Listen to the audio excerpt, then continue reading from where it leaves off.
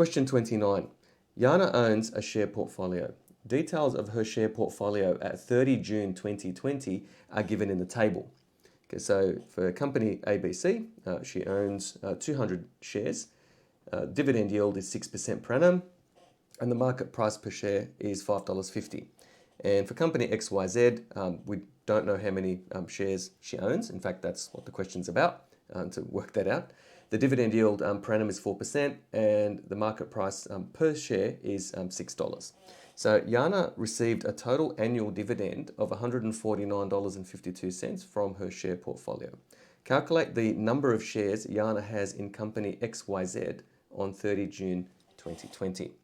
So part of the $149.52 can be worked out immediately from company ABC, and we'll sort of work out what that is. We'll take it away from $149.52 to then sort of use the formula for calculating dividend yield sort of in reverse to, or basically backtrack to then find the value of the number of shares in Yana's portfolio. All right, so for company ABC, okay, the dividend, not the yield, but just the dividend itself, okay, is equal to the number of shares multiplied by the market price per share, so that's $5.50, and multiplied by the dividend yield per share, so that's 6%. Okay, so 200 times $5.50 times 6%, and we get $66.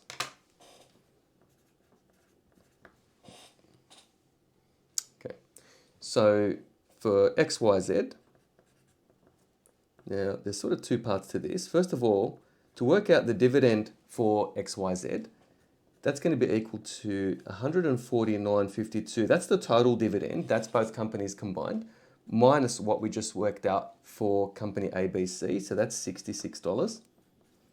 Okay, so that's 149.52 minus our last answer, and that's 83.52.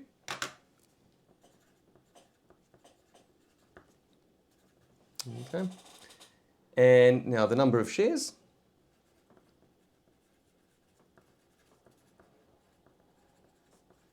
Of XYZ, okay, and we're going to use the dividend yield formula. Okay, so it's going to be, now I'm going to use the pronumeral X.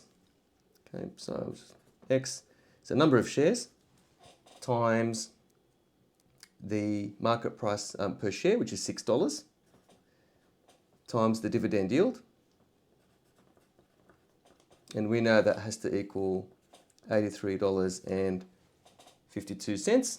And if we rearrange the formula, so to make X the subject, so X is equal to 83.52.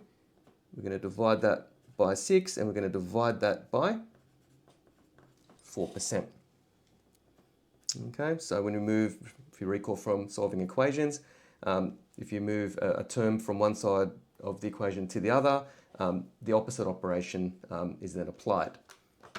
Okay, so 83.52 divided by 6 divided by 4%. Yep, make sure I got that right. And we get 348. So therefore, Yana owns 348 XYZ shares.